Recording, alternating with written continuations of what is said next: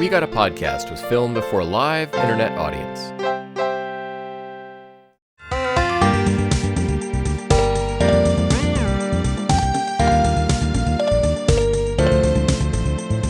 Hello and welcome to We Got a Podcast, a podcast normally about Dragon Ball.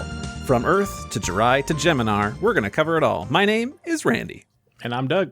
And I'm not the king of JURAI because I'll tell you my name, Ken. We're the world's strongest under the heavens. Chosen here every other week to talk your ear off about, alien girls and laser swords and all the spaceships and all that cool stuff. We're live, as we have been this entire quote-unquote season of Tenchi. And it's a good time. Yeah, hi. I'll wave.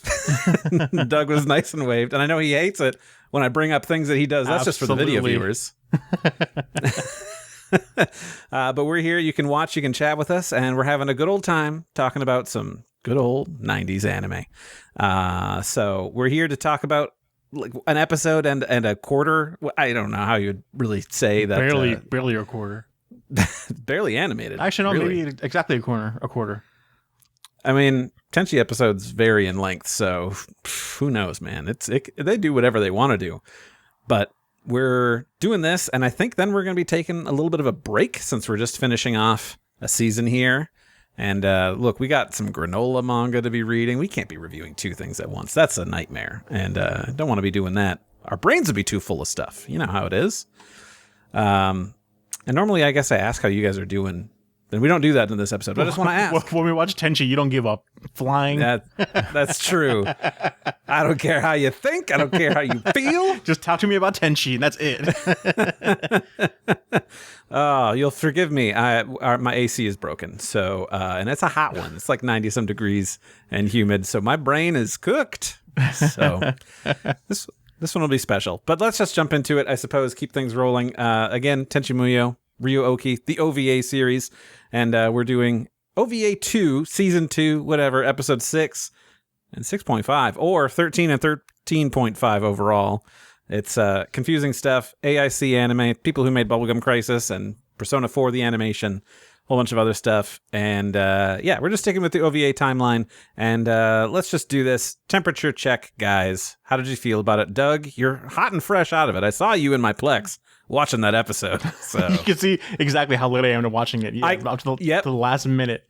Does it tell you if I'm watching in English and then Japanese? Like it does. It tells does me it really? What language. I hate how much you know. Whatever, regardless. Like I hopped on to watch my thing, and I'm like, okay, Doug's got 28 minutes left. Okay, I've just got He's got 28 minutes left, and he's got a Dr. Pepper in his hand. How do you know all that? Plex is weird. No. Very, very conflicting with this one because I watched it in English first and despised it. Watched it in Japanese and was thoroughly okay with it. So I'm hot and cold on this episode. Thoroughly okay. The main big episode, yeah. Yeah, thoroughly okay is a fun way to put it. I've never heard it that way, but I like it. I can always count on you to say something fresh and original. Ken, how did you feel about this? You were staring into my soul with a hatred, so Cool lore, but I think this is such a sign of what's to come. Like, I don't want to future spoiler because I don't know, but I have jumped around the episodes of OVAs 3 and 4. I actually don't have 5 yet, but 3 and 4, just skipping through them. And man, it's just people standing around talking. And that's what this episode is. And what they're talking about is still really cool and interesting. Mm-hmm. A lot of lore. But I fear that that's all this show is going to be, is people standing around talking about the cool stuff. Yeah. I scoffed at the end when Tenchi was like, man, yesterday was action-packed. I'm like, what are you talking about? Yeah. Well, he was going up and down some stairs when you think about it. Man. So I like the content of what was there. I liked more than the last 2 episodes, but I just, the staging of it all, I'm worried. Randy? Yeah, totally fair. Watching this back in the day after it had come out and before we had OVA 3, I liked this episode because it was, let me try to mine all of this lore for the mysteries and answers. Ooh, I'm going to open up this puzzle box and it's going to be a good time. But now that I believe it's over, like OVA 5 is the end, that kind of. Kind of, sort of. It's just kind of like, well, this is just a whole lot of setup under the guise of having a good old family reunion sort of thing. And I'm kind of cooler on it than I would have been if you would have asked me like 20 years ago. But probably, yeah. C'est la vie. It is what it is. So then let's just talk about it a little more in depth here. So episode 13, Here Comes Jurai, that came out September 25th, 1995, which was 3 months since the last episode of the OVA series aired. But also, Tenchi Universe ended the day before this came out. So your weird. Tenchi, your week was full of Tenchi. Yeah. Yeah. A whole lot of stuff. No need for a conclusion. I do love that that's what at least the English dub went for naming titles always. No need for whatever. I can't imagine what it must have been like in that time, because my memories of Tenchi Universe are extremely strong, including up to having a very powerful ending. And then there's this, which is...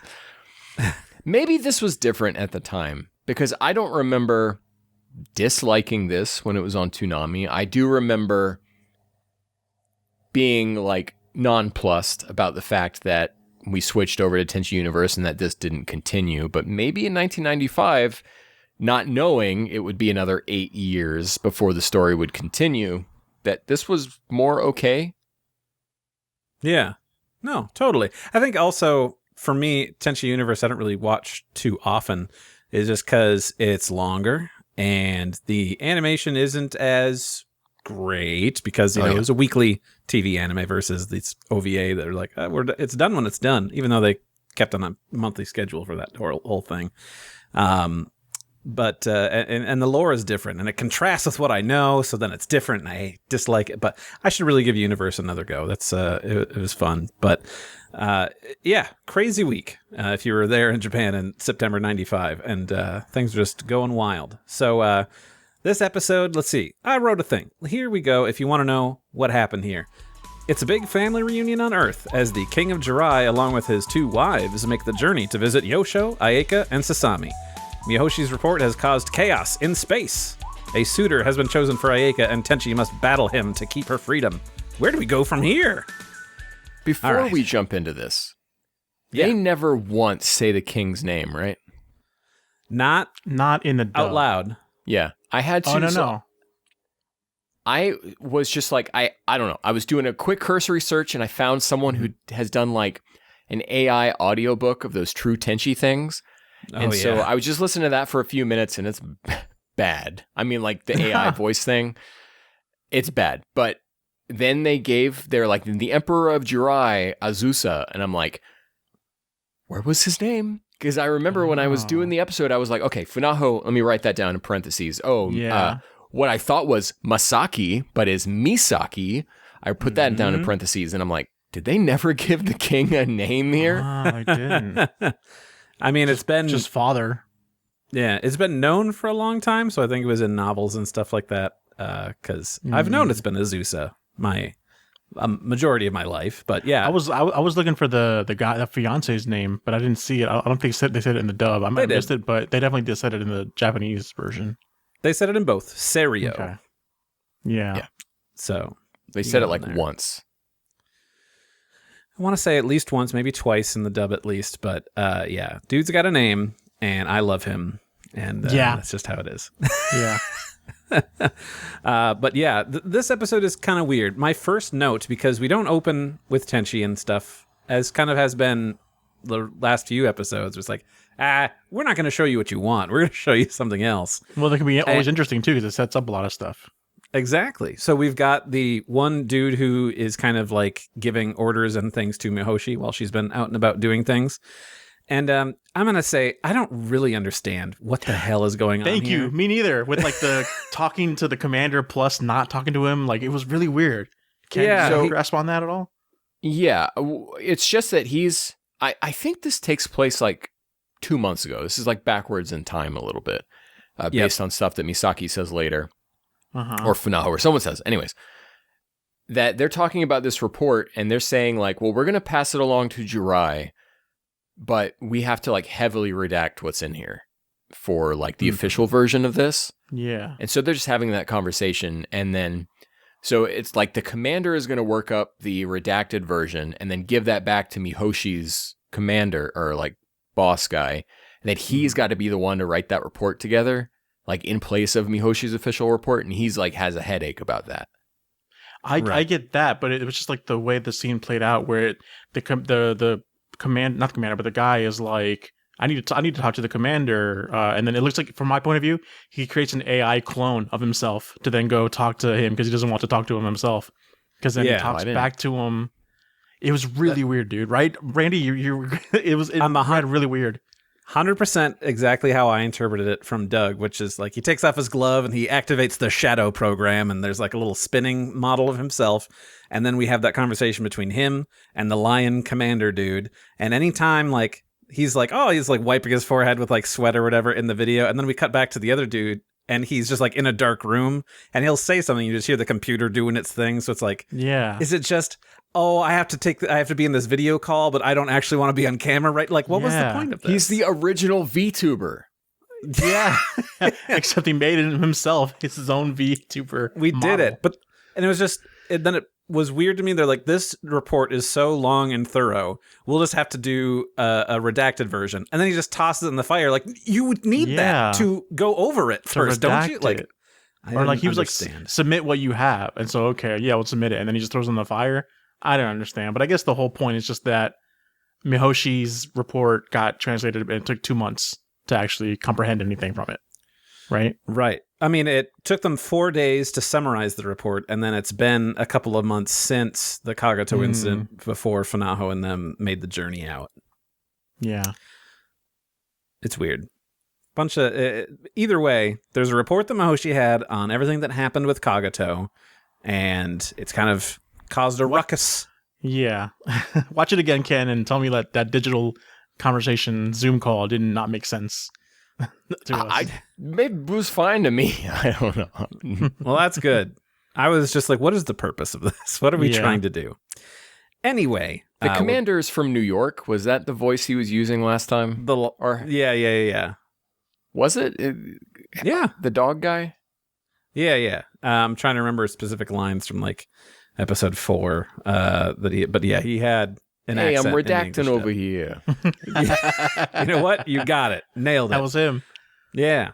So now we're back on Earth, and Funaho arrives at the shrine to speak with Katsuhito, and Ayeka learns that this character, Misaki, is at the house, and she runs off. So we're starting off with like, oh, there's some new ladies here. What's all this mean? Is this in the dub? Didn't she's like, wait, if you're here, does that mean? And then like goes off, so you don't really know. But in the Japanese version, it's like, if you're here, does that mean my mother? And it's like, oh, it drops the ball a lot more quicker than the dub does. Right. Is this the first time that we really understand the scale of distance between the shrine and the house? Because they show the house and then they pan up the mountain a little bit and show the shrine there. Yeah. They've shown something like that before, and then also when episode 7, when Mihoshi's ship crashed and destroyed everything, like the shrine and everything was fine. That was untouched. That's all the way up there in the mountain, but Tenchi's house gets destroyed and then gets rebuilt for episode 8 and all of that. So we know it's a good distance, but might just be your first time where you're like, oh, okay, where you can easily piece it together and things like that. Yeah. So her name is Funaho. Yes. Which is also the name of Yosho's ship. Yep. Oh. Now, Randy, is there some like secret lore about the way these ships are named?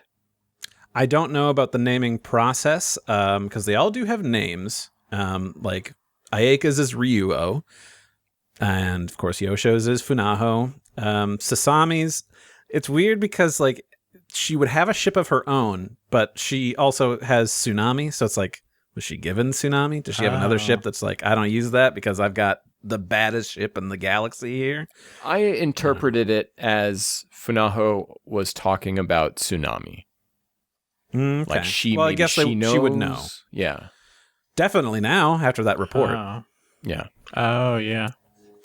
Here's the thing, and I'm going to try to keep stuff straight, because watching these episodes over the last couple of days and not knowing everything that happens in between all of these series, like I have not read those true Tenchi Muyo novels. I bought them all, and I think I'm going to read them now after we do this.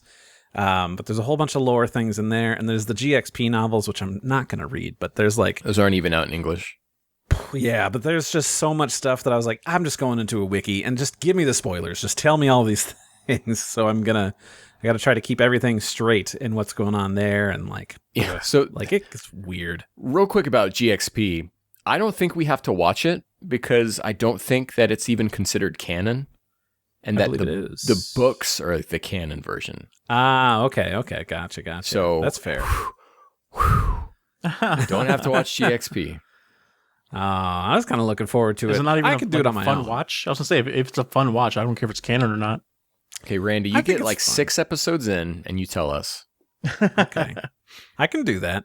I mean, yeah, it's a whole different cast of characters because it's Sana, I believe is the main character's name. As far as I'm concerned, the story ends at the end of season 1 with like the end of the Kagato battle. Like that was, and the rest is just like extra fluff.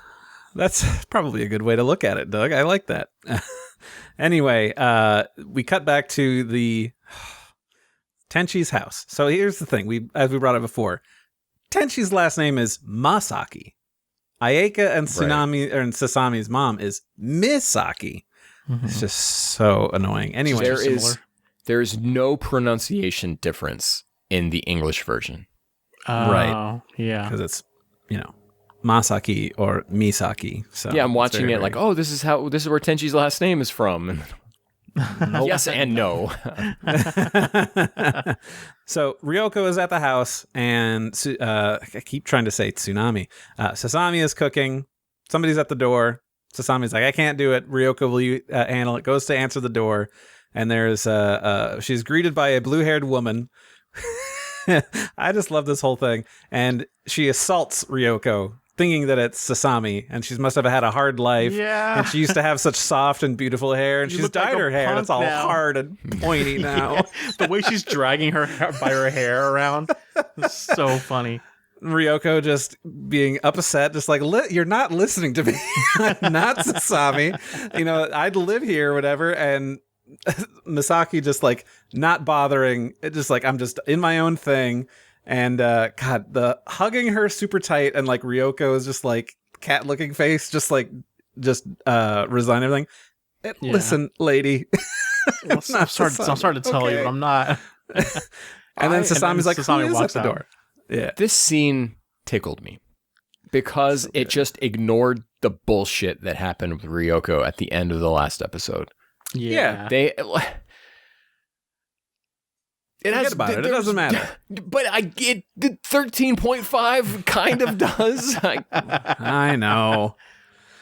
It's whatever. Sasami shows up. She's like, who's at the door? And then she sees that it's her mom, and Misaki, who is holding Ryoko, and then just throws her right Smashes in the wall. her right in the wall. Get out. I couldn't be so good. Get out of here. Gosh, that's good. That's just all comedy right there. Now, this is one of those first moments where I started watching like in the dub, where it's like just very obvious that it just does not sound right in the English dub. Because then like as soon as Sasami and the mother are like yelling each other's names, because of all the syllables, because they're not saying Sama or Chan or whatever. It's so many syllables that they had to create, so there's mom and the name, that it just seems so weird. Didn't it seem weird to you guys? What I've noticed when we were talking to Patria in our episode that started all of this, I was informing her that I'm crazy, and sometimes I watch the dub with the subtitles on so I can see like how different they are. And Tenchi is like notoriously close to the Japanese subtitles to a fault. That's what I felt like this episode. Yeah. A part later where Funaho and Yosho are talking, and Yosho like breaks mid-sentence and then continues it again. And there's just like no natural, like Matt Miller does his best with it, but there's no natural way to say that sentence that way, that like someone needed to intervene and say like, we need to restructure what he's saying here. Yeah. And so it's just like, again, it's from a different era of anime. It was like either this or Samurai Pizza Cats. There was no in between. You either completely changed it or you adhered pretty closely to it. And I mean, you got to respect that kind of effort too, because it's very obvious too with the mother's voices too. Like, because I don't think it was very well known. It wasn't a trope at this point in America, at least, in understanding what the stereotypical sexy adult woman sounds like. So to an American turn, like, let's just mimic this voice as much as we can. That does not play well in English. It just sounds like a man trying to do a woman's voice. If you know what I mean? Like the adult women's voices in this, the mothers didn't sound like as sexy as they're meant to be. Like, it's definitely sexy in the Japanese version. You guys are crazy then, because those voices. No, they're very like, oh, Sasami, like they're trying to like lower their voice, but that's not how like a seductive woman in English sounds. Yeah, but she's not. That's how a seductive woman in Japanese sounds. Okay, but she's not trying to be seductive. That's just what the stereotypical voice. That's the ara voice, like that older women have in Japan, but in anime, not in real life. In anime, I will say it did feel like Funaho and Misaki were pretty different in Japanese compared to how it was in English, but this dub is in my heart and will not let go. So all these voices, like, does it sound weird? You'd have to ask me 25 years ago, because it's engraved. As someone seeing it for the first time now, I can tell you it's weird, and I hope someone else out there listening that also watches Tenchi right now for the first time understands what I'm talking about. Man, stereotypical adult woman voice. I have said it before, and I'll say it again. I love this dub to pieces. Even when it's making a lot of weird choices, I love it, because you just don't get dubs like this anymore. And part of the entertainment is seeing, like, how are they going to deliver this next line? Yeah. Speaking of which, we have Ayeka, who finally makes it down to the house and greets her mother, and it's like, oh, I'm so happy to see you, mother. And then Misaki is pissed at this. Ayeka, this is so real. Like, people are like this. Ayeka just having to tell Ryoko, like, I'm going to do something, and you can make fun of me, but I hope that you don't. And then it just goes full, like, baby voice of just like, oh, Mommy. And now Misaki is okay. It's like, you talk to me like you were a child. That's like, that's not you. Where's my Ayeka-chan? Yeah. And then we cut to the bonkers stuff. So Funaho and Yosho having a chat. And we find out that Yosho ain't old. He does not look like that. Holy crap. What a revelation. I'm like, wait, what is that? What? What does that mean? Watching this cool. This was like unlocking memories. You know, I was having like a Ratatouille moment or whatever, like flashing into my bedroom, like watching this on TV, because I haven't seen this episode since, I don't know, 2000, whenever it originally aired. And like knowing this twist that he's still young. He's not actually old looking. What a great twist that doesn't really need to affect the story plot in any way, but it is such a cool twist to introduce so late in the game of this series. Yeah. We've been through so much with this character, and like then kind of like looking back a few scenes, you always like attribute him kicking Tenchi's ass as like, well, he's just like, you know, a badass, but it's like, no, he's just like the youth of Fountain has reached him, and he's just young all the time. Still being able to fight Kagato, and then, but it all serves a purpose. They're not just like randomly saying that he's young again. He's saying, no, I'm young again because my ship is still alive, and it's still alive because of the gems from the sword and from Ryoko, and so that it's just really well done. Yeah. Super big revelations there, because we have, we talk more about the Mihoshi report that is top secret at Galaxy Police, and it's going to be put before the Juraian Council. So that's why the king is here. Funaho and Misaki are actually council representatives to be like, all right, let's go investigate and talk to these people about everything that's been going on. And then, we have this whole thing with the royal trees and their need to be charged by other royal trees. Funaho, the ship/tree, is there and it's still alive. There's one line that I'm confused by, which Yosho says that Tsunami had to do something about this appearance for Yosho, and then we just move on to like the other thing. Like he's like asking a question like, oh, Tsunami had to do this for a reason, I think. It's like, what? You had to do this? But then they go into the whole thing with the gems that, they have been powering his ship and things for the last 700 years. It can't turn into a ship anymore, but it's not dead. Still do all of that. And the whole big revelation is that if that is how that works, where the gems are able to power the trees, which require other Jurai trees to be powered, that means the gems have the same quality and power as Juraian royal trees, and that means that she could probably summon the Lighthawk wings just like Tenchi can. I had to rewind on this part because I couldn't believe what I was hearing. That Ryoko should be able to summon Lighthawk wings. And I was like, yeah. What? it's because Washu created her, and like because Washu did some funky magic. Is that like the insinuation? There's a lot going on with Washu. Yeah. So much going on with Washu. But it's because she has those gems. Well, I mean, she's got one. The other two are still in Tenchi's sword. And also at this point, I'm still like, wait, how is that their mother? And then this also the mother. I'm still like confused with the whole, because it didn't say like, I don't think they ever do that the Juraian king just has two wives and they're both sisters. Early they never on. outright say that. Early, well, no, they're not sisters. They are sister wives, which is a thing for people who practice, I don't know what you would call it. I mean, polygamy within a marriage. I'm sure there's another phrase for that. I think that's what it is. But they are sister wives, and that's what there's a whole show about it called Sister Wives, Doug. It's about a family I'm on season in Utah. 3. Yeah, right. You just develop this relationship with them, you know? So when they call each other sis, it's in that way. Funaho is human. Gotcha. Well, she's part, that too. She's like half human or whatever. Yeah, because she's from Earth. Right. Yeah. Yes, but she's not fully human. Okay. But they don't tell us that. Yeah. Right. She was raised there, and she's, human and Juraian. Oh, okay. Also, God, just going in the wiki and just like learning about augments that people go through. Like, what? Oh, okay. This is just a normal thing. Weird and wild. Okay. Yeah, I guess this also like the sister wife thing also better explains. Like, I think Ken, you were mentioning the confusion. That Ayeka brings up in like episode 2 of the entire Tenchi thing, when she's like first talking to Tenchi and like first building a relationship. This must seem weird to you that I'm in love with my brother, kind of thing. And it's like, no, that's just normal on their. Of course, she's saying this to Tenchi because it must seem weird to him, but it's such a natural thing for them in their culture, and this just further solidifies that.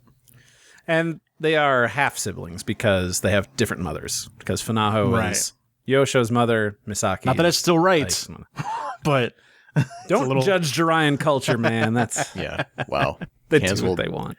Oh, so Funaho, she wants to meet with Washu, and she wants to meet with Tenchi first. I mean, Yosho says like, "Oh, I'll have Tenchi take you down to the house," but go ahead, because there was something that I had never really caught on to before that I'll bring up. So Funaho's whole thing with Washu, right, is Funaho knows, like, hey, you are able to create technology that can rival Juraian technology. She doesn't know all what's going on with Washu. She just knows about this, right, so far, is that if you can create this, don't create it, like, don't give it to someone else so that they can challenge the Juraian Empire. And at first, Washu's like, I just do whatever I want. People can do whatever they want. And then like, eventually, why do I care? Yeah. Eventually, she agrees. She says, I won't create another Ryoko. Or Ryo-Ohki, because both, really. Because, I mean, they're both very highly dangerous. But the big thing is that Juraian royal ships, like, the very slow scale of like how long it takes for another one to be like born or whatever. So it's kind of like the ones that they have are the ones that they have. And if somebody starts building a rival army, mass producing them, then they're in trouble. Wow, what a dictatorship here we got that we're all on the side of. So she comes to Washu to be like, I want you to build Ryo-Ohkis for us. And she's like, no, I'm not doing that. And then not doing anything for anyone. Yeah, and it's like, oh, okay, I'll take that. That's fine. But it's interesting that Washu like agrees because she's like, well, I don't want to upset Tenchi by making this technology and giving it to, a different, opponent. So I guess I just won't do it for anybody then. It's like, oh, okay. So it's because but further reminding us of this just like male fantasy of like, why do these girls love Tenchi so much? Like, he's such a milquetoast person of a character that doesn't do anything. just a male fantasy. She had said last time that he likes him. She likes him because he's just normal. Yeah, that's what men want to hear. Yeah. Well, I think the only like male fantasy thing that really comes into play is like maybe with Mihoshi, where there really is nothing there. Like with Ayeka, it's this long bloodline royalty thing. With Ryoko's like watched him since he was a child. Sasami is the little girl crush. We won't talk about Ryo-Ohki. Washu, another thing. But like Mihoshi is just a thing of like this girl who's just like dumb in love kind of thing. Yeah. Really has no. Yeah. Like what I'm saying is that there's a reason for all of these different things, except for really Mihoshi. Except for her, yeah. Yeah. That's true. There was a thing that I didn't catch before is that when Tenchi is walking Funaho down to the house, they're having a conversation, and Funaho basically invites Tenchi to come to Jurai for whatever plans they have for him, since, he is of the same line as Yosho. So, like, I guess they'd be looking for a new king or whatever. But as she's, asking this, that's when Washu shows up, and, like, Funaho turns and, like, looks very upset that she was interrupted before making this request. So it's like, oh, what are you planning, lady? Like things are intentionally, like she intervened intentionally. Funaho is also talking to Yosho about that. Like, how do you think Tenchi would do on Jurai? Yeah. Because he was like, I considered even sending him up there at one point. But nah. Or still is. He's just like, well, we gotta. But he's just a boy, a regular boy right now. So right, yeah, that's your fault though. You raised him, right? don't look at just a dumb boy on Earth. Yeah, because that's all you train him to do. I did like about Yosho real quick. Whenever he's jumping between the two characters, old and young, it really blends so well. The two actors, like when he switches from Matthew Miller to whoever does old really? Yosho. I highly disagree. I was like, this is so awkward. I mean, them trying to like speak like royally and like or like very proper. Just felt so forced. No, you just kind of it's a little like Kermit the Frog. A little bit. Oh yes, Tenchi will do well. I mean, even funnier because his name is Matt K. Miller and the K stands for Kermit. So does it really? Sorry. Yes. Incredible. Nailed it. Oh, gosh, that's good. So we have let me just check here. Okay, so we had Washu will not mass produce Ryo-Ohki. Washu meets Misaki and she just hugs Washu real tight and she says she reminds her of someone. Who's she talking about? What? I was going to ask you, what do you guys think? Yeah, I don't know. Mihoshi, maybe? Actually, the answer is Mihoshi, and I'll tell you why. Okay. So the very little bit of that true Tenchi Muyo I listened to, Misaki and Mihoshi don't meet in this episode. But in the true Tenchi Muyo, book 1, right, it's a story all about Azusa, as like his story growing up and everything. But before that, so there's like the trial at the end of this episode, right? Which we'll get into. Well, that trial happens 7 more times. They come back to Earth and they spend like 8 days there. He keeps bringing new suitors that Tenchi has to defeat. They just gloss over all of this. But after this, the king has run out of money to bring suitors in, and so they just hang out at a party. And during this party, everyone gets drunk, and Misaki and Mihoshi meet for the first time and bond like crazy. That's cute. Like keep reintroducing themselves to each other. So only after I listened to that little bit of that AI True Tenchi Muyo book, that's what. And then suddenly it just clicked with me just now that she's talking about Mihoshi. Oh, that's really cute. That was I'd love to have seen that. The prevailing theory. But there has been so much other stuff that I was just looking up through the wikis. I'm like, I liked it better when it was just she's like Mihoshi, because it gets so dumb. Like, it's not going to be in any anime. Can I just say a weird thing? Oh, yeah. I'm sure we're going to be saying a lot of weird stuff with this show. All right. So Washu, long time ago, when she was at the academy, had a friend. Is this the Kagato thing? Yeah. Yeah. Oh, well, this might actually be spoilers because I think it does come up in OVA 3. Yeah. Okay. Very fair. All right. Then I won't talk about it. But anyway, really kicking in for that kind of stuff. I did look at it, doing a little bit of like wiki jumping around, and I was like, "What the hell am I reading?" Yeah. So did you get to stuff about the? Did you get to stuff about the counteractor? Which I totally forgot about. Not that. But all right. All righty. Yeah, we'll save it. Doug, there's some weird stuff with Kagato, some weird Kagato revelations. I don't think I'm ready, but I do miss him. It's so weird. Anyway. Oh, God, I can't wait. I can't wait to watch the show torpedo itself. I'm suddenly really excited. The hell We're moving the show to Thursdays. Yeah. There it is. Oh, Rob is ... Oh, God. We're losing Rob. Azusa, king of Jurai, demands Ayeka and Sasami return home as he has picked out a suitor. Ayeka declares that she'll stay, while Ryoko teases her that Tenchi will be all hers when she's gone. This show does the casting in this dub, chef's kiss, but all of the men specifically all bring a different something to the table, right? Kagato here to party. Clay was very much like this, you know. This guy is like, Sasami, Ayeka, we're going back to Jurai. I'll bring Asuda, Tenchi. Like Jabba the Hutt. Dude, this guy's crazy. I love it. Crazy. He's so good. Gosh, yeah, such a different, crazy energy. Oh man. And I do love the constant teasing by Ryoko for Ayeka, who's going through it currently. Because, like, my mom came. Ayeka's like, you stay out of this. This is none of your business. Like, that delivery was just so good. Like, so real. Like, yes, this is what I'm here for. This is none of your business. Stay out of this. You felt that. And Azusa is even like, well, then I will talk to Sasami. You're coming home, right? And she's like, I'm not going to. And if you make me, I'll never forgive you. I'll never forgive you. I'll never moves away.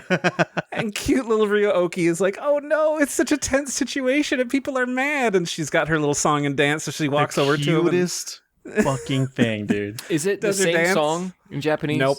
It's different. Because I was impressed. I'm like wondering, like, this, it can't be that. That's definitely like an American song. What is it again, Randy? Do you remember? Like it's the very meow meow meow meow meow no, meow no. meow meow. Mary had a little lamb. Meow meow meow. Yeah, the Mary had a little lamb, and they actually made it. That's Twinkle Twinkle Little Star. Oh, you're right. Or Twinkle, the ABCs. They're both the same. Yeah, but she does a little dance. Mary had a little lamb. No, it's not. Mary Twinkle Twinkle Little Star. It's the same. No. Mary had a little lamb, little lamb, Mary. All right, had a little lamb. We're getting DMCA struck right now, so yeah, man, the 1800s are coming to kick our butts. I love it. I'm going to tune into these guys talk about Tenchi Muyo today. My favorite part was when they talked about Twinkle Twinkle Little Star.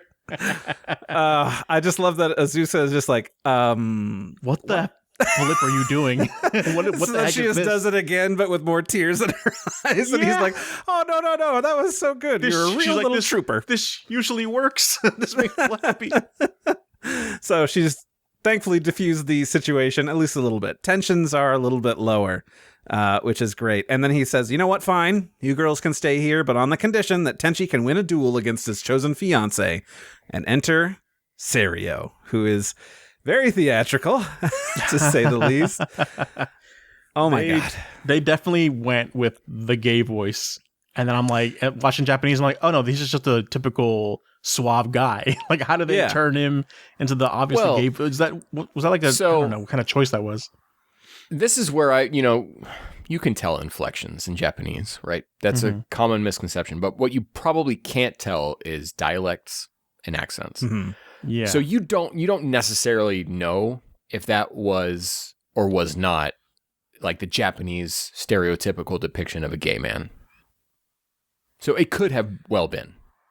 I think again, this is the lack of understanding because anime is new in this American world. They're just like, this sounds. They must be going for this kind of sound. And then it's the same with the women thing. Like, it just doesn't sound right. They tried matching it as close as they can, but it just doesn't come out right in English. He's very theatrical. He's got his fans that he'll hold in front of his face while he talks. The pink hair, cherry blossoms, and things. He's just a theatrical dude, I think, more so in Japanese. But again, the comedy played so much better in Japanese. I was laughing my ass off the second time watching it, every time he's on screen. Even when he's in the background of the Juraian king, like, still making the sound out of nowhere, I busted out laughing.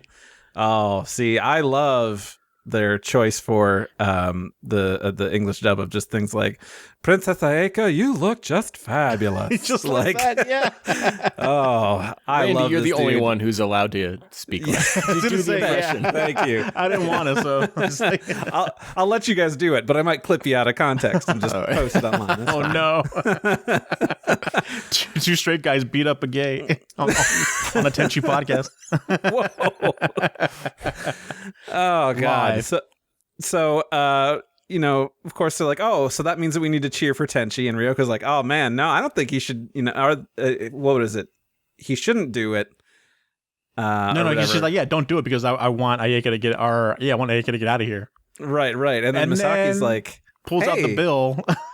It's like, this is for all the damage that you caused when you attacked, and, if he wins, maybe we could just forget about it, which is But dumb. the official... Go ahead. Yeah, the statute of limitations is over. Right. But that was for just the Galaxy Police and, their whole thing. But also, it's not her fault. Kagato is controlling. I don't care. These are one of these things that, like I said before, where I love how a big stake thing is resolved by a comedy bit that fits super well. That I loved that. Oh, just yeah. that it ends it. I think even if we know that there's an official record out there that states that Kagato is behind all of that Ryoko doesn't know that. Right. That's She still did it. Yeah. It's just Misaki being tricksy. It's like, now let's all cheer for Tenchi for this. Yeah. It was great. Meanwhile, all of this is going on. We get our only real moment with Serio all by himself, and he's just spilling his guts about these beautiful women have to live in this dump of a house, and they're slaves. Sasami is cooking for everybody. This hellhole. So funny. He's such an asshole. It's a beautiful, huge house, but it's coming from a rich guy with his own ship or whatever. It's this hellhole they're living through. I must save them. It's my duty to save them. Any civilized person would do this. Oh, God. So we're going to do the battle. And then Misaki comes up and is like, so who do you think is going to win? He's like, well, I'm betting on my guy, Seiryu. She's like, oh, okay. I've got so many, tens of thousands of yen on 50,000. Tenchi. She's like, 50,000 on Tenchi. So everyone just starts putting in their bets, and everyone's like, for Tenchi, for Tenchi, for Tenchi. And then they ask Washu. Washu. Yeah. It's like, well, what are you betting? She's like, I bet on Mahoshi. And they're like, what? She's not even here for the fight. I forget in the dub. Did she say it? Because in the Japanese one, she said it under her breath, as she's eating popcorn. It's like, sure. And then they all look at her like, what? What'd you say? I never caught it as that way. I was always just like, her just being a goofball. Yeah. In the dub, it was just more of her just saying it. I'm betting on Mihoshi. Mm-hmm. Yeah. So it's kind of clear that Tenchi knows, he can tell what's happening because Seiryu is you the twinkle. Yeah. He's like, I'm not even going to use my full power. Are you sure you could just concede here? Tenchi's like, but Sario's just going off, just still boasting, but Tenchi's kind of trying to warn him, there's a thing. If you just let me explain, you're in danger. But it's dangerous. It really is, isn't it? Oh God, I love this man. Call an ambulance for you. And then Sasami runs over to Azusa and gives him an umbrella, and then it shows all the girls, and they all just pop them open. Pop up the umbrella. It's such a great moment because even the Juraian king as well too, right? So here's the thing. I'm a big old nerd, and anytime I have to open an umbrella, I open it Azusa style, where it's to the side, flick, open, and pull. And that's so badass. It's how I do it. It's so cool. And then Mahoshi's ship crashes right into the lake. Huge tidal wave. Tenchi is still standing. Where's Serio? And he's just drowned. Yeah. The funny music plays in the background. They play the death music over him. Right. So I guess what that he's sound dead. Is? Yeah. Well, he's only got swirly eyes. He's not dead because he is alive in later stuff. There you go. Yeah, because he's in GXP. He, does stuff with the main characters there. So he's still around. He's not dead, thankfully. So he couldn't handle water, but Tenchi could. What's the? I mean, I get it's funny, but right. I mean, he was prepared versus Serio just got caught off guard. Guess that's true. That's true. This is where I get so worried about the rest of the show because they were teasing this battle. I was looking forward to a battle. More characters standing around talking. This bit could have worked the same as if they did a little battle, and they're in the middle of you're a worthy opponent, and then the Mahoshi stuff happens. We would have gotten the battle plus the Mahoshi comedy bit to end it all at the same time. Yeah. But no, it's time for the final strike, and then. I get it if they're trying to not make it just like the final episode of Universe that would have aired the day prior. So they're like, let's, instead of going for this big battle, because there's a big fight at the end of Tenchi Universe. They're like, well, let's take it in kind of a gag direction instead. And so I'm really trying to give the show every benefit of the doubt. Because there is that a solid joke there of just like this big build up to then nothing, which can be funny. But I think the way we're watching it without Universe, having watched it, which we're like waiting for, we're like thirsty for it. We're like, give me a cool battle again, but nothing. Yeah. In the moment, they would have known pretty much anyone who was purchasing this tape would have been watching Universe as well and didn't want them to just have like the exact same product. Yeah.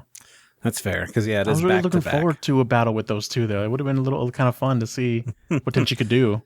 I mean, if Tenchi actually tried, he would have wiped the floor with that dude. I mean, he's probably not going to be in danger enough to use the Lighthawk wings, but like, I don't know. He's been trained by Yosho. Come on. Yeah. So, let's see. The king and queens are going to depart, and Azusa has a little conversation with Yosho, and says that he can wait another 2,000 years for Yosho to make up his mind and decide and then leave. That was cool. So it's like, hey, Dad, and it's just an older guy talking to a younger guy looking thing. It's like, hey, Dad. Yeah, because he's back in his disguise. Yeah. I love things like that, though, where it's just like, whoa, the two characters you want to meet are meeting. And, the father, because that was like a sentiment of like approval, like, I can wait another 2,000 years. Like, that's a very like endearing, I love you without saying I love you, right? Or am I reading that wrong? To his son. I can see that. Yeah. I mean, it's just kind of like they live for frickin' ever. So like, I'm not going to be dying anytime soon. So if I've got to be working as king for another 2,000 years, I'll do it because I love you. You're my son, and I'll give you that time. And then that's kind of it. We kind of wrap up with everybody taking off into space, and then we're on that ship, and Azusa's like, oh, I haven't given up against Tenchi yet. This has only just begun. And the other women are just like, next time, let's stay for a few days. And then I'm wondering, like, because Tenchi's reaction as they're leaving in their ship is kind of like, I didn't ask for any of this, because he's like, look at the women that are all happy, and he looks like very like, I didn't ask for this kind of thing. It's really weird. Like, is Tenchi okay with this or what? We find out Tenchi's gay, and he actually wanted to date Serio. Because like all the girls are like, no, for Tenchi, but Tenchi's never said anything about anything. So I don't know. Poor guy. Poor guy with all these women. No. And that's the end of it, except for on the same day that this episode came out, we had a little short special episode. Here Comes Jurai 2. And it's short. That's why you made me watch it? Yeah. That's why you made me watch this? This was on the same VHS tape? I believe it was a separate purchase. It just came out on the same day. But it's like 15 minutes. Why would it have been 7 minutes? Man. I'm just reading what the wiki said, which was, and on the same day this thing came out. So could have been a double pack. I don't know. It could have been at the end of the tape. I don't live in Japan in 95. And I'm just doing this for fun. I don't have a website dedicated to all this. Come on. If anybody out there knows, Lance probably knows. Shouts out, first of all, to the Tenchi community, because these guys, they make Dragon Ball fans look like 2-year-olds. Man, these people really care. It's like everyone who likes Tenchi cares deeply about it and doesn't just like forgive the show just because it's Tenchi. Well, I mean, it's damn God, it's a lore filled show. So like the lore, there's plenty of lore to piece together too. Whereas Dragon Ball, like the lore is kind of like second fiddle to the main what's going on kind of thing. Yeah, it's supplemental versus Tenchi just seems like, what if we just built a show about lore? And also there's some hot girls here from time to time. Right. And it's very strange. Sorry, go ahead, Ken. No, I was about to start moving into this special, but go ahead. Yeah, let's move into it. What I was going to say was Masaki Kajishima, who is the person who's still behind this whole franchise. It seems like he boiled up all these ideas way back at the start, and then has just kind of been putting things out there bit by bit. And it's like, oh, actually, that ties into this. Or like, I said this one thing way back when, and it's... It's crazy person talk is what it is, but I think that's the charm. But yeah, so special number 2, which is more of a slideshow. There's not really a lot of animation. We've got a few illustrations that we move between. Is Mihoshi come? Go ahead. Oh no, you got it. You got it. Your summary. Go ahead. All right. Oh, that's right. I forgot about that. Thank you. It's just a short little thing that is Mihoshi and Washu have a chat about all the bonkers plot points that need resolution while Ryoko cries for help in the back of the lab. OVA 3 has to be around the corner. Has to be right around the corner, right? Right? Joke is it takes 8 years for us to get anything after this. Animated anyway, because they have books and a whole bunch of other stuff that comes out. But the actual continuation, isn't until 2000. Was it also an intentional joke of how this 7-minute special ends too? Kind of, sort of. It's just so strange. It's so weird. So Washu? Oh God, don't Washu? remind me. You can sum this whole thing up in one sentence, which is go for it. Washu finds out that D3 has erased Clay and Zero's memories of Tokimi, and Washu finds out that their memories have been erased. Yep, exactly. That's it. Wait, say that to me again? Could have been an email, Doug. It couldn't. D3. It basically was. What's D3? D3 is the floating head that's just a dude with like a white beard and hair who works for Tokimi. Yeah. Has erased Dr. Clay and Zero, who is now part of Ryoko. Right. Their memories. Just to kind of like erase them from the future story plots. No. No. It's just that they have why would he erase? Oh, okay. So going further than just the one sentence email, because it's this whole thing of like Washu talking to Mihoshi, like, how did it go delivering that gift? Because it was that vase that she had that she stole from him, and it's like, here, go give this to him, and then Mihoshi trips and breaks it, and Washu goes, it's fine, there's a bottle of glue in there, you can fix it and give it to him. So she goes to give it to him, and he gets upset because everything is, it's broken, and that he wants her to pay for it. Washu throws this crazy thing out where she's like, oh, yeah, that's a replica chamber pot from the Galaxy Prehistoric Civilization in Meow Meow Paleozoic era, the cheap kind you can find in any souvenir shop. And Mahoshi's like, wow, how do you know that? It's like, oh, because I made it 20,000 years ago to make some quick money. And so I'm the one behind that. Anyway, we get to the whole thing of Mihoshi just calls him Mr. Culprit, which is great because she just doesn't frickin' remember this dude's name. Seems to that he's lost his memory and that Tokimi memories are completely gone. And Washu says, I expected as much because the same portion is also missing from Zero's memory, who is now part of Ryoko. And then Mihoshi leaves. Washu ruminates on the memory stuff. There's probably some powerful protection mechanism at work rather than just straight up memory loss. And then we do the whole D3 Tokimi conversation where he's like, yeah, I did it. I took, put the memory block, and anybody who can undo it, they'll be able to find us. So it's like a weird treasure map dumb thing of just like, we don't want them to come yet, but later they can. Like, okay, weird. And Tokimi's looking into the future, but still doesn't know what's going to happen with Tenchi. Yeah. And then Go ahead. Yeah. So they talk about another battle has happened. There's no test required, whatever the heck. It's a bunch of like weird stuff just to be like, oh, isn't this mysterious? And they talk about that boy, and we get shown this other dude who has a name. Should we? I guess not a spoiler. Zed. Yeah. Z, I think is just what they go for in the dub. Tokimi says, like, instructs him, like, don't lay a hand on that boy, meaning Tenchi. And you shouldn't fight him. And then Z just leaves, Zed, however you want to go about it. And it's like, oh, okay, so we're building up to whatever's going to happen next. There's going to be something going on with this other boy. And I'm not sure if you noticed, but there's like that thing that was around him, Doug. That like white emblem thing. Do you remember this? No. Okay. I remember the boy. Well, okay.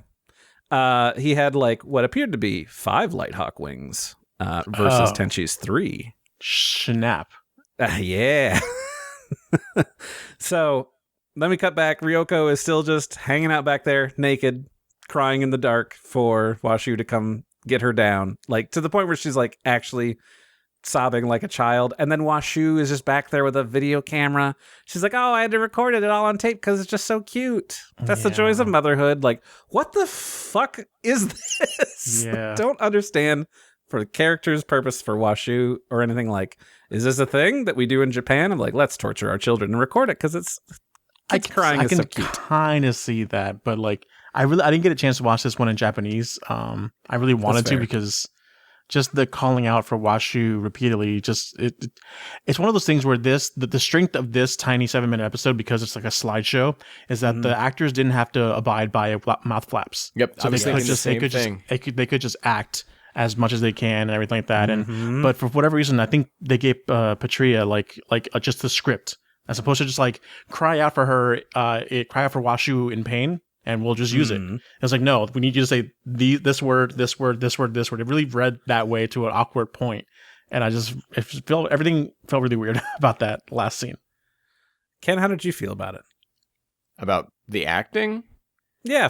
I mean, I thought the back and forths between Mihoshi and Washu felt so quick and natural that I was convinced they were in the same room when they recorded it.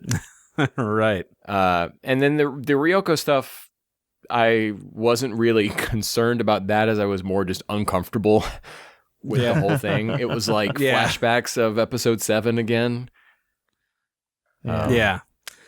It's odd and strange. I have more memory of how it sounded in Japanese, which I kind of like, specifically the Ryoko crying thing. But I felt that, in English that it was all right. But yeah, it kind of feels like there wasn't as much context to it or whatever. But Rob in the chat is saying it's sad it's her final lines for this continuity. Oh my god, really? Yeah. That makes it even worse. What in the world? Poor Ryoko. After this, she is replaced by Izzy from Digimon.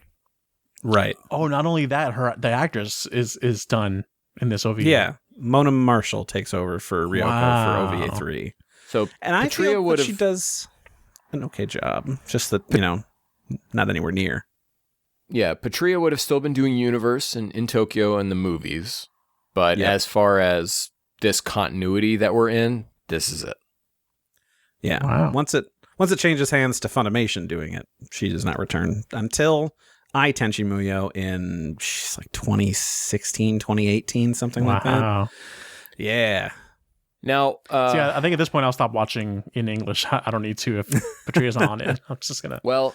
So about that, when we get to OVA 3, for the most part, I will only be watching that in Japanese, and then OVA 4 and 5 will be Japanese only. But I am going to watch the dub of the first episode, just because I do want to hear, and then specifically to see what about that localization issue I was saying, or like the script adaptation issue, because I already can tell you it's a lot different.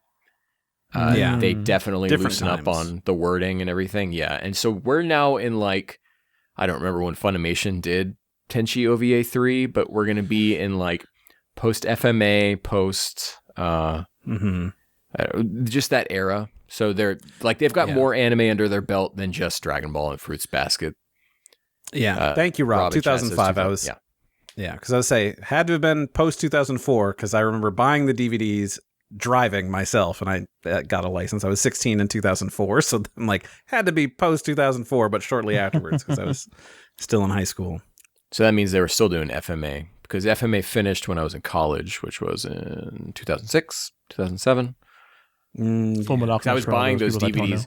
Do you remember deepdiscount.com? That's where I used to buy my DVDs from. Same, I think too. Yeah, especially were they specialty anime?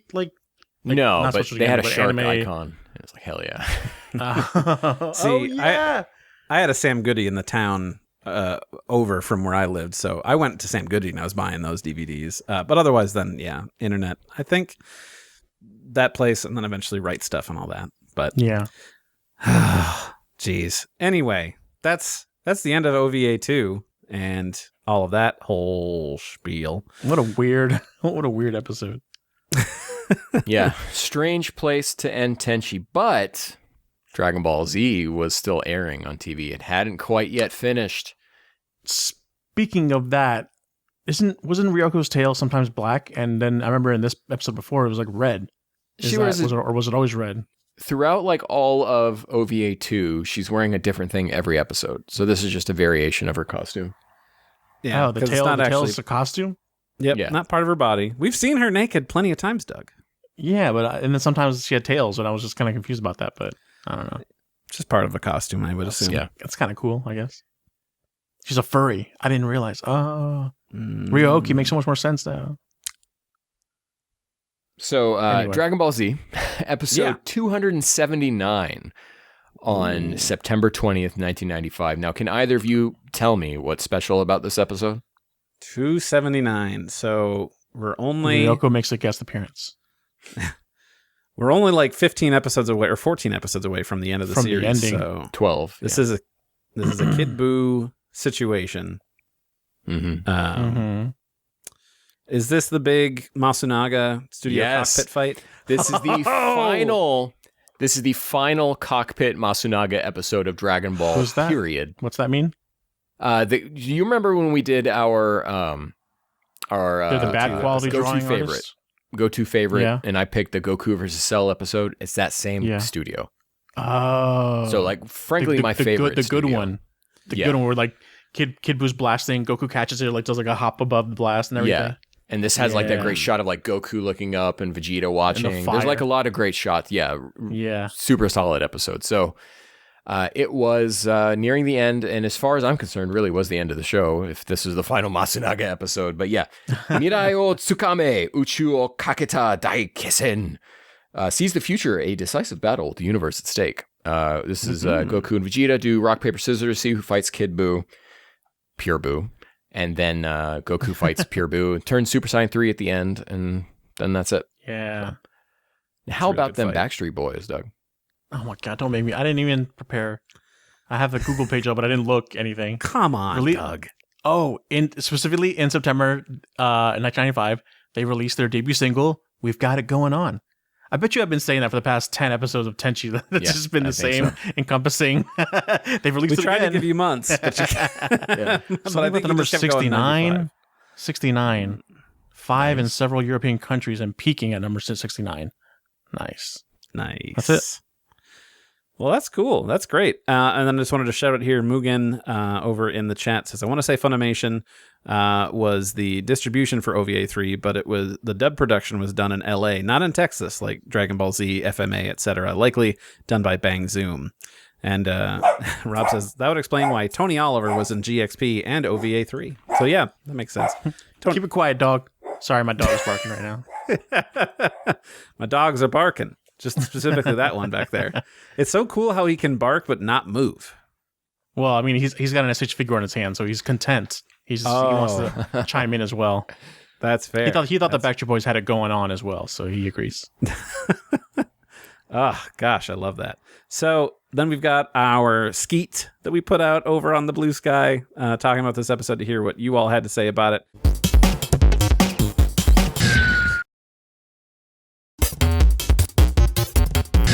And Ken, do you want to take this first one here? Who's the first one from? That'd be Filnir Frostwhite, I think is how you say that.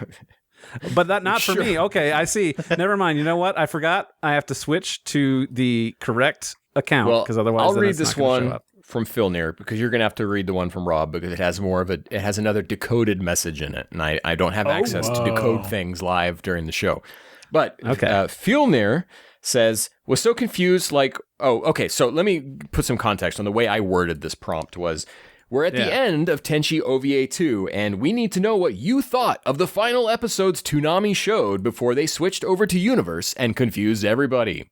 So Filnir was kind of like focusing on that change and said, was so confused, like, why we at the beginning and why is it so different? Oh, this is different. Because it's different. Yeah, so after this episode aired, they never aired 13.5, but after 13, which they would have probably broken up into 2 episodes. Yeah. They aired it as a special. Oh, okay. Oh. So back-to-back double length episode. They even gave us like a fade out to be able to split it evenly anyway. So after this episode aired, the next episode day or whatever was Tenchi Universe. So they it was really like, what? And as someone as I've never seen Tenchi Universe, so I'm not even sure how different it is. But Doug, I think sounds like it must have been jarring. I think you've seen more than you know. Dude, watching all these Tenchi, I'm like, where was the slice of life anime that it populated in my head and just like made up in my mind that it was just a bunch of slice of life. There's a lot of lore in this the series first, that I'm like, what's happening? I think you watched the first 10 episodes of Tenchi Universe and then over and over and over and over again. because- Why did it?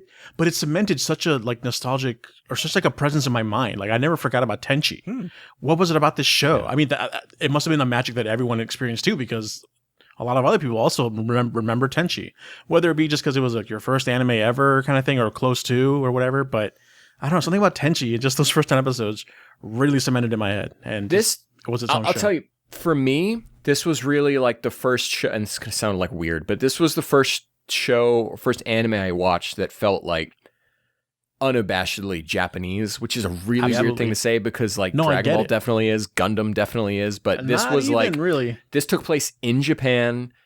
Characters with like super Japanese names. No one was named like Piccolo here in this show.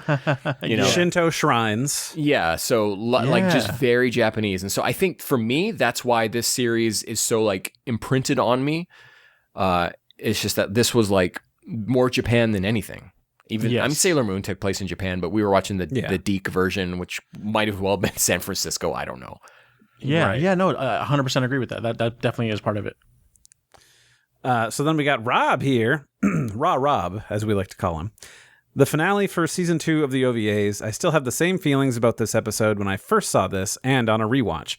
This is my least favorite episode of season 2 of the OVAs. The comedy is really weak, even if I think Misaki's mommy gag is funny. I did not care for the Jurai stuff. Azusa sure does suck, and I guess we learned that Ayeka is only Yosho's half-sister and Tenchi's half-aunt. Sure doesn't really make it better. I like Funaho and Misaki for the most part. And then over here, we've got, I hate that Katsuhito / Yosho is actually a young man. Can't just let him be an old man. Cool that he thought about sending Tenchi in his place to become a king. It made me hate the OVA version of Katsuhito / Yosho. Wow. And about Here Comes Jurai 2, it sure was a short, that's for sure. Season 2 is a weaker season that is saved more by its characters and comedy bits, but sure would suck if it took almost 8 to 10 years to continue the story. Can't wait for the Daughter of Darkness podcast next time. Daughter of Darkness. Yeah, so that is Tenchi Movie 2, because there are 3 movies, and movies 1 and 3 are universe timeline, and 2 is based on the novels that were adapting the anime coming out at the same time, but are slightly different, written by a person named Hasegawa. And so then that movie is like, oh, let's adapt a later novel, and we'll just throw that out there. So I gotta say, just thinking about Funoho was like in the dub, the chemistry between Funoho and It's Funaho, Doug. It's Funaho. Funaho, whatever the mom and the son, because it wasn't obvious that it was mother and son. They gave off kind of like a romantic vibe as they're talking alone in the thing to me, because I didn't know. They didn't say. In the dub, he's like, holy mother. Like, so like, was he like cursing or did he say it? And the Japanese version, he obviously says mother. But in English, doesn't he say like holy mother? he says, oh, mother. But then also at that time, you gotta remember that I'm also like not aware that there are 2 wives that this guy has. So I'm like, oh, if that's the mother, that's got to be the mother. Like, so I'm not thinking like, who is this other woman? Like, was this a past love? Like, it didn't make any sense. I think what's becoming clear to me, Doug, is that Tenchi's a horny show. Yes, But I think you're thinking it's hornier than it is. And so you're always expecting anytime like a new character show, like there's 2 characters of opposite genders on the same screen for the first time. Maybe- They're just about to go at it, dude. I think I'm hoping. I'm like, please just tear your clothes off. But I'm also thinking just because of how stuff is badly delivered in the dub and because it's not intended, so they're missing some of the intent. Because then there's a lot of like shy faces, like the red, like abashedly, like what does that mean? Like that seems like a little like flirtiness. But no, it's just they're reading the dialogue in a not right way. That's playing wrong. Well, there was no, I mean, I've said before, like no style guide, right, to how to interpret the way anime expresses different emotions visually. And so they just kind of had to go with what they thought it was. Exactly, which made me think that they were horny for each other for a second. All right. That's Well, fair. Alex McGee writes in and says, I had both series on tape. My thoughts were about how they were going to show all of the bath scenes. Answer, digital bikinis everywhere. Exactly. Okay. There was no nudity in these episodes. Well, nothing was shown. Not this time. Yeah, so, okay, so we don't have an exact idea of when we're going to be... thank you to everyone for writing in, first of all. Yeah, And joining seriously. us on this OVA journey. We don't know when we're going to be watching Daughter of Darkness quite yet. That's what would be nice. What would be nice if we could do it on the solstice in June, but we can't. I don't think we got the time to do that because that's when that takes place. No, a solstice is a real thing. We can get as close as we can, and then we'll. Okay. It's the longest day of the year, Doug. Yeah. Oh. Solstices and equinoxes. Yeah. The equinoxes are what? I thought the longest day of the year was when I had to watch Daima over and over again. Oh, and you weren't even there. You didn't even watch it with there. Oh my God.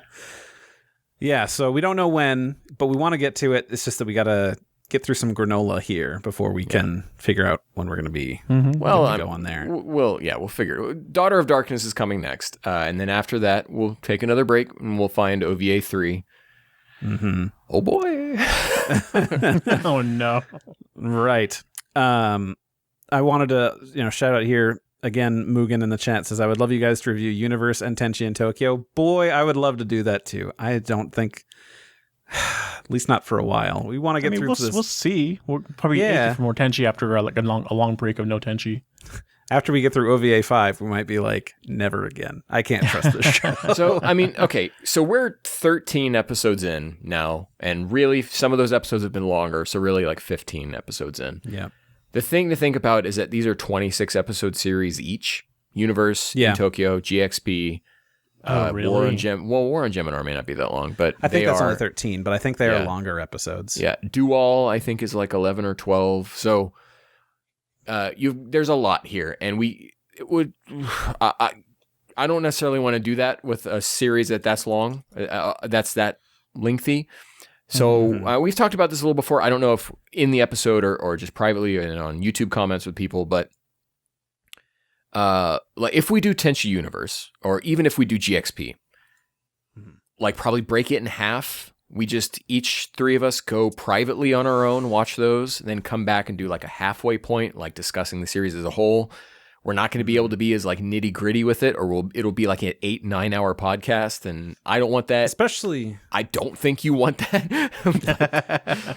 Especially for Universe, which I think a lot of them are pretty episodic. So it would be like, okay, well, being exhaustive on that would be oof. But if we could give it overall general, like, okay, here's how this show is feeling and the points that I like, comparing and contrasting it to the OVA series, what does it do better? What does it do worse?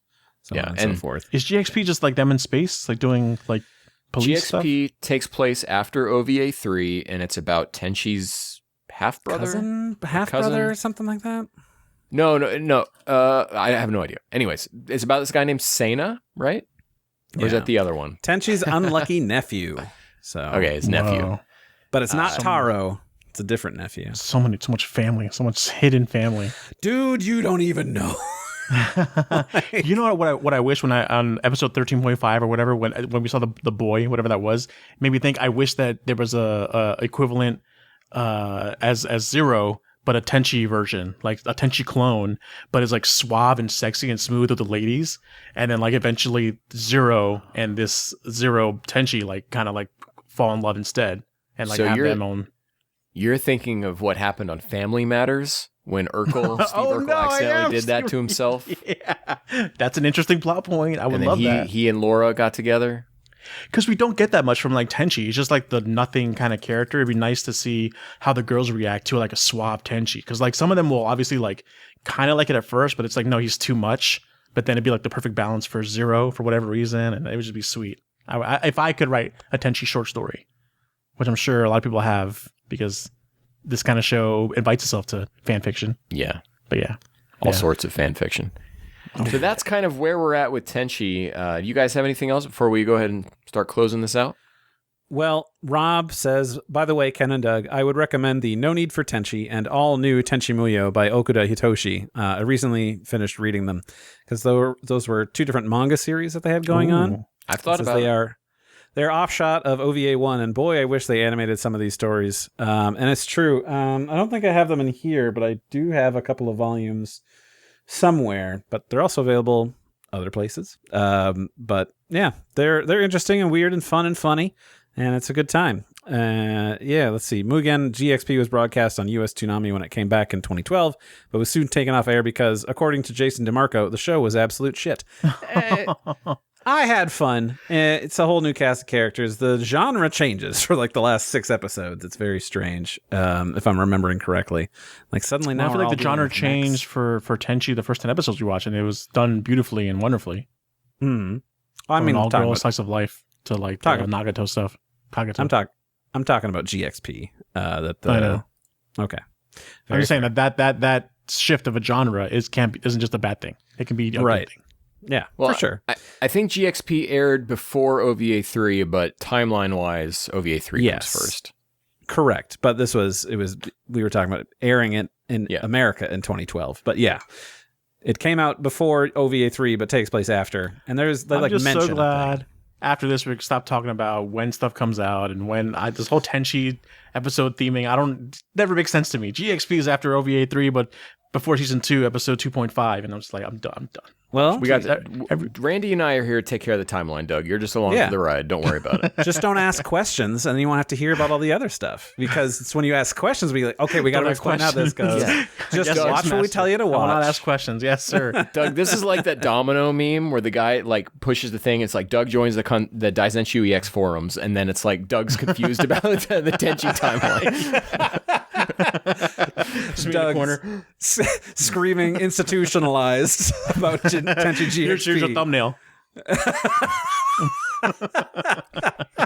Gosh, that's perfect. And I think that's where we have to end it. So thank you for listening. Thank you for interacting and keeping... I'm so warm. I can't even read. Thanks for listening. We love interacting with you and keeping you in the conversation, talking about one of our favorite franchises in the world.